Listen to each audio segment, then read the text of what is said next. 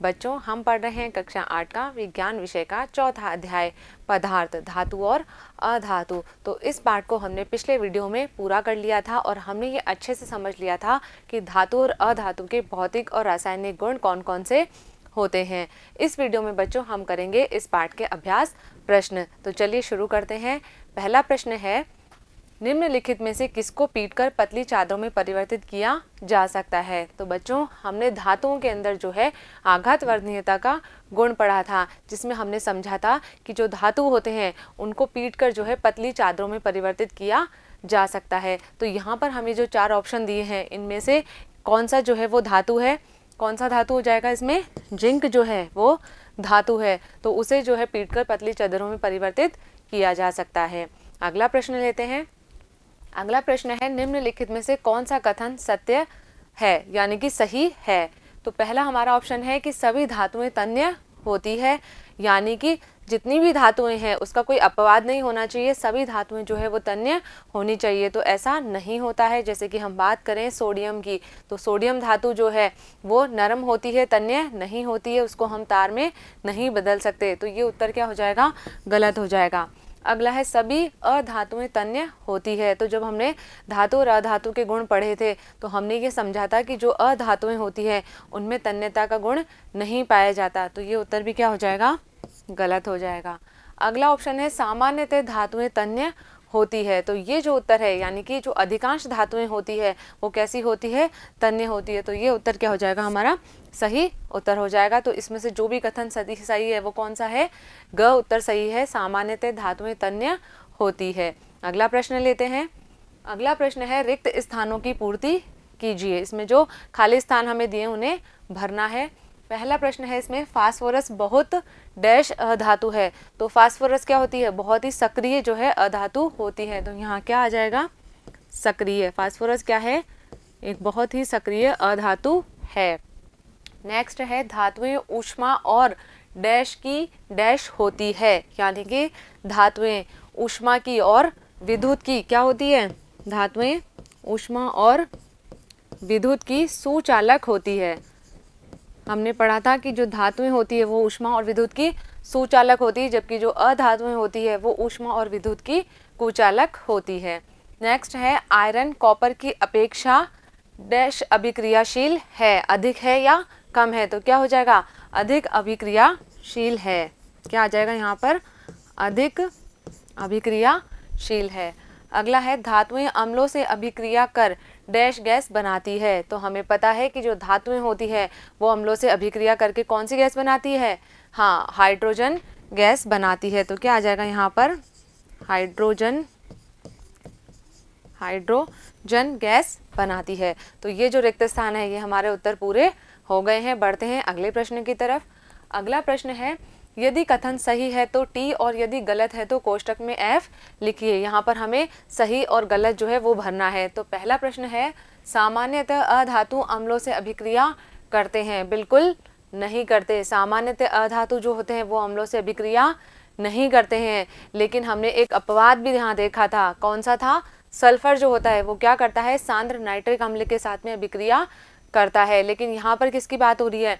सामान्य अधातु की बात हो रही है। यानी कि अगर हम देखें जनरली तो अधातु जो होती है वो अम्लों से अभिक्रिया नहीं करती है। तो यहाँ पर क्या आ जाएगा?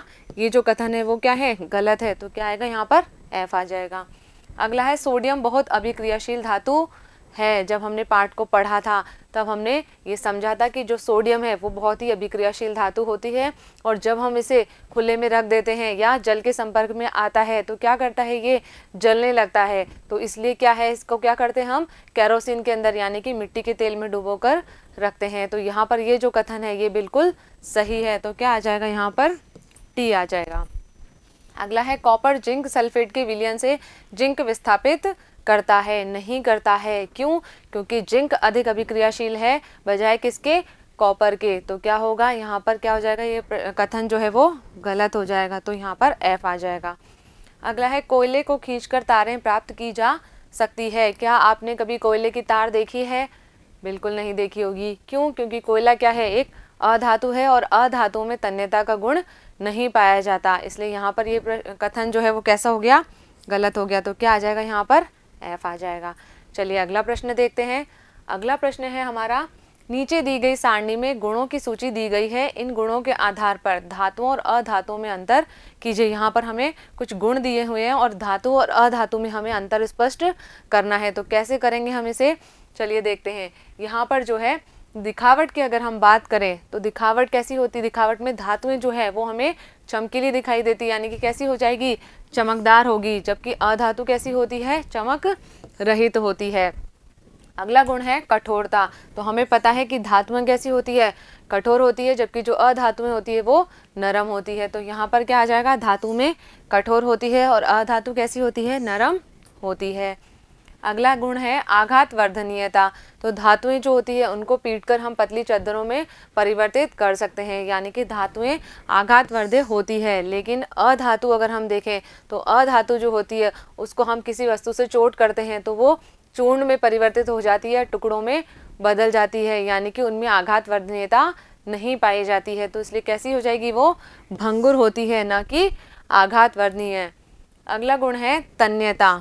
तन्य की अगर हम बात करें तो तन्यता का गुण जो है वो धातु में पाया जाता है, जबकि अधातुएं होती है वो तन्य नहीं होती है। तो धातु में क्या आ जाएगा, तन्य होती है, जबकि अधातु तन्य नहीं होती है। अगला गुण है ऊष्मा चालन। तो हमें पता है कि जो धातुएं होती है वो ऊष्मा और विद्युत की सुचालक होती है। तो यहाँ पर क्या आ जाएगा, सुचालक होती है, जबकि अधातुएं जो है वो कैसी हो जाएगी, ऊष्मा की कुचालक हो जाएगी। इसी प्रकार विद्युत चालन को अगर हम देखें तो विद्युत की भी धातुएं जो होती है वो सुचालक होती है, जबकि अधातु जो होगी वो क्या होगी, विद्युत की कुचालक होती है। तो इस तरह से ये क्या हो गए, धातु और अधातु में अंतर हो गए। चलिए अगले प्रश्न की तरफ बढ़ते हैं।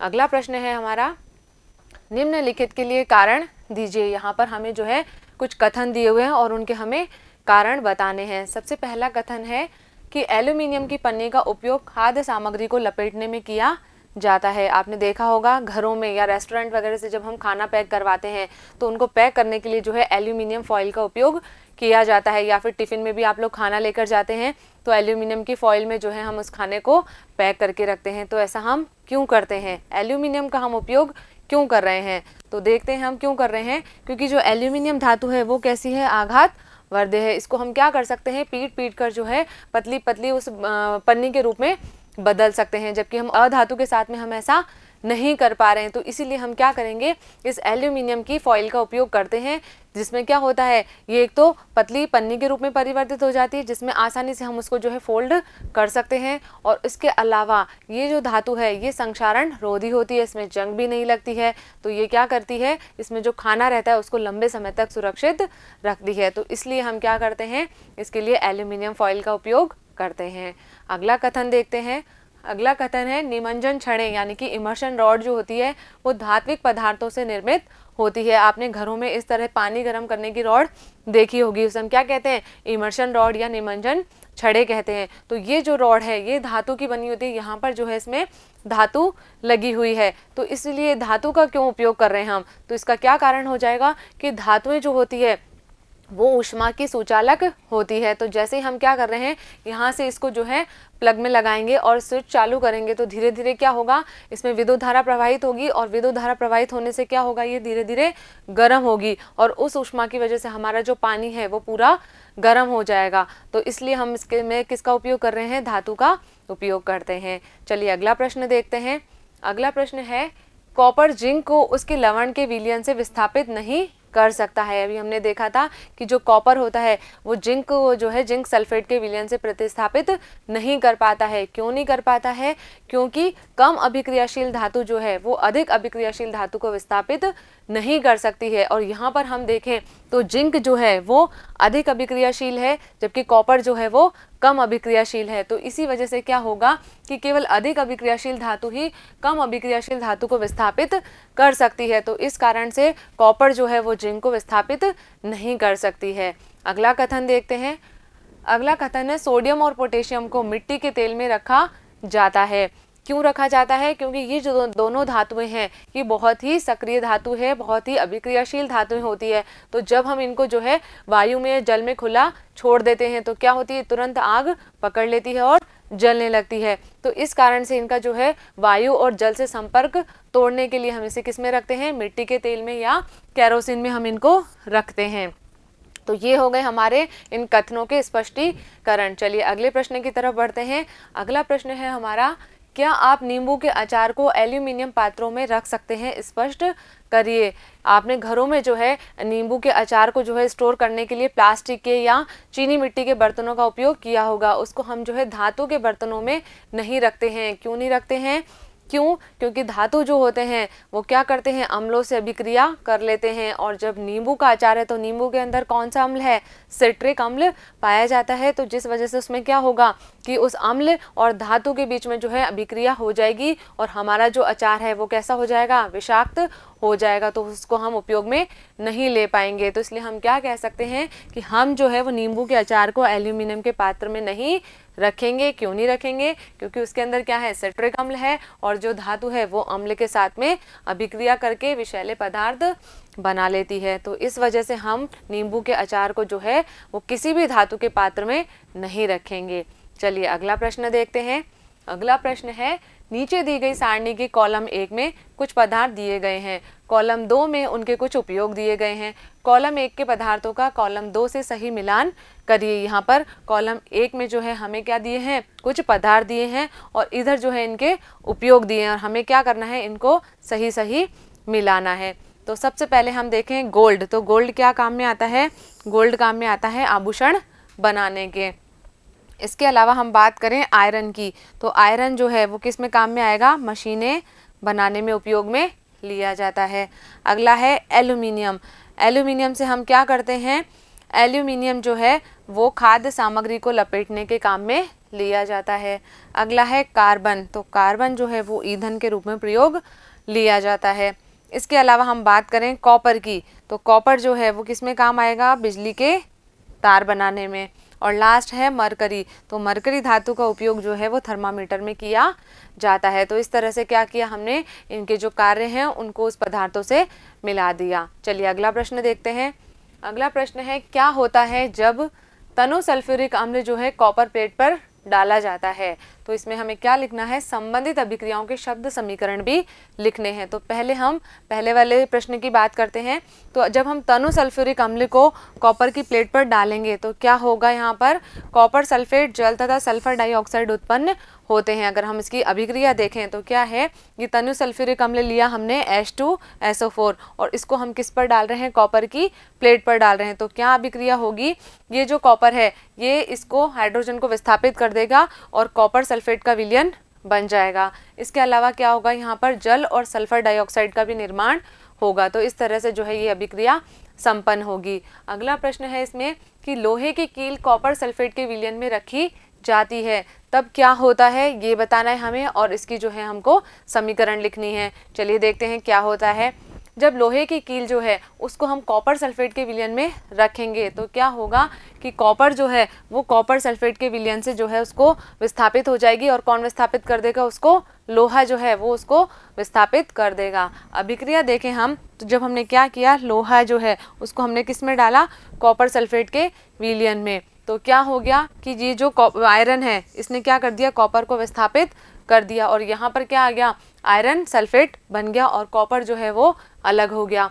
तो ये जो हमारा कॉपर सल्फेट का नीला विलयन था ये कैसा बदल जाएगा, ये कैसा हो जाएगा, रंगहीन हो जाएगा, क्योंकि यहाँ से जो है कॉपर निकल गया है। और ये विलयन कैसा था हमारे पास में, पहले ये नीले रंग का कॉपर सल्फेट का विलयन था, लेकिन इसमें क्या हुआ, इस आयरन ने कॉपर को विस्थापित कर दिया और हमें जो है एक रंगहीन विलयन प्राप्त हुआ जो किसका होगा, इस आयरन सल्फेट का होगा।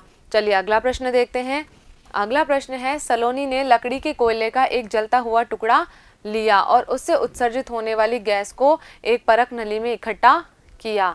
अब क्या प्रश्न पूछा जा रहा है कि वह गैस की प्रकृति कैसे ज्ञात करेगी। सलोनी ने क्या किया, जो लकड़ी का कोयला जो है उसको जलाया और क्या किया, अब उसमें से जो गैस निकल रही है उसके बारे में उसे परीक्षण करना है कि उसकी प्रकृति जो है वो उसे ज्ञात करनी है कि वो अम्लीय है या क्षारीय है। तो उसके लिए वो क्या करेगी।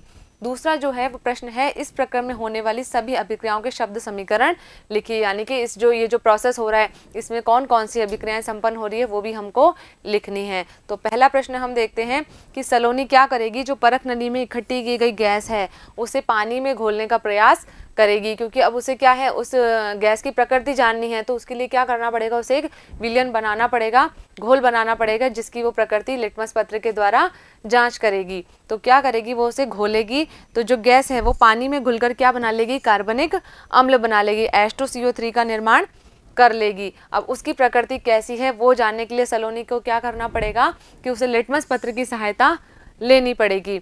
यदि वो विलयन नीले लिटमस को लाल कर रहा है तो उसकी प्रकृति कैसी हो जाएगी, वो हो जाएगी अम्लीय, और अगर वो लाल लिटमस को नीला कर रहा है तो उसकी प्रकृति क्षारीय हो जाएगी। परंतु हम यहाँ समझ सकते हैं कि वो क्या जला रही है, कोयला जला रही है, और कोयला क्या है, अधातु है, तो उसकी प्रकृति कैसी होनी चाहिए, उसकी प्रकृति अम्लीय होनी चाहिए, क्योंकि अधातु जो है वो उसकी जो प्रकृति होती है वो अम्ल बनाते हैं। वो कैसी प्रकृति के बनाते हैं, अम्लीय प्रकृति के बनाते हैं। हमने पढ़ा था कि अधातु जो है वो ऑक्सीजन से अभिक्रिया करके जो है ऑक्साइड बनाते हैं, उनकी प्रकृति कैसी होती है, अम्लीय प्रकृति होती है। चलिए अगला देखते हैं हम इसकी समीकरण। तो कार्बन जो है वो ऑक्सीजन से अभिक्रिया करके क्या बनाएगा, कार्बन डाइऑक्साइड। तो यानी कि यहाँ पे क्या हो रहा है कि ये जो अधातु है वो ऑक्सीजन से अभिक्रिया करके जो है अधातु के ऑक्साइड का निर्माण कर रही है। अब इस ऑक्साइड को जब हमने पानी में घोला, ठीक है, इस कार्बन डाइऑक्साइड को हमने पानी में घोला तो क्या बना लिया उसने, कार्बनिक अम्ल बना लिया, और ये जो अम्ल है इसकी प्रकृति अम्लीय है या क्षारीय है, इसको हम लिटमस पत्र की सहायता से जांच कर सकते हैं। तो ये हो गया हमारा यहाँ पर प्रश्न पूरा। अगले प्रश्न की तरफ बढ़ते हैं। अगला प्रश्न है, एक दिन रीता अपनी माँ के साथ आभूषण विक्रेता की दुकान पर गई। उसकी माँ ने सुनार को पॉलिश करने हेतु सोने के पुराने आभूषण दिए। अगले दिन जब वे आभूषण वापस लाई तो उन्होंने पाया कि उनका भार कुछ कम हो गया है। तो क्या आप उनके भार में कमी का कारण बता सकते हैं। क्या किया रीता ने, अपनी मम्मी के साथ में वो सुनार की दुकान पर गई थी उन गहनों को जो है पॉलिश करवाने के लिए, और जब वापस लेकर आई तो उसके भार में उनको कुछ कमी लगी। तो ये भार में कमी किसकी वजह से हुई, इसका कारण हमें बताना है। तो क्या होता है, जब भी हम सुनार को जो है अपने गहने चमकाने के लिए या पॉलिश करने के लिए देते हैं तो वो सुनार क्या करता है, उन गहनों को जो है एक्वा रेजिया नामक घोल में डुबाता है, ठीक है, उस विलयन के अंदर वो डालता है। अब ये जो एक्वा रेजिया का घोल होता है ये क्या होता है, ये सांद्र नाइट्रिक अम्ल और हाइड्रोक्लोरिक अम्ल का जो है एक विलयन होता है। तो इस घोल के अंदर क्या करेगा, सुनार उन गहनों को डाल देगा। अब ये जो घोल होता है इसमें क्या होता है कि जो हमारे आभूषण हैं उनकी जो ऊपर की परत होती है वो उसके अंदर घुल जाती है। अब घुल गई तो आपको पता चल जाएगा कि क्या हो रहा है, जो आभूषण है उनका वजन कम हो रहा है, और जैसे ही वो पुरानी परत उसमें घुल गई तो जो उसमें नीचे वाली जो नई परत है वो बाहर निकल के आ जाती है, जिसकी वजह से क्या होता है कि जो हमारे आभूषण हैं वो हमें बिल्कुल नए जैसे और चमकीले दिखाई देते हैं। यानी कि हम क्या समझ रहे हैं कि उसने क्या किया, हमारे गहनों को पॉलिश करके चमका दिया, लेकिन वास्तव में उसने क्या किया कि हमारे जो गहने थे उसमें जो सोना था उसको उस घोल में घोल लिया, और बाद में सुनार क्या करेगा, उस घोल से उस सोने को वापस प्राप्त कर लेगा। तो इससे हमें क्या हुआ, इससे हमें नुकसान हुआ। यानी कि उसने क्या किया कि जो आभूषण थे वो हमारे नए जैसे तो दिख रहे थे लेकिन उनके भार में कमी हो गई थी। तो इस वजह से जो रीता है उसे भी उन गहनों का भार जो है वो कम महसूस हुआ, उसे पता चल गया कि इनका वजन जो है वो थोड़ा कम हो गया है। तो बच्चों यहाँ पर जो है ये हमारे सभी प्रश्न पूरे हो गए। मुझे उम्मीद है कि आपने इनको अच्छे से समझा होगा और अपनी कॉपी में भी नोट कर लिया होगा। तो अब हम मिलेंगे नेक्स्ट वीडियो में नेक्स्ट पार्ट के साथ में। तब तक आप पढ़ते रहिए, आगे बढ़ते रहिए। धन्यवाद।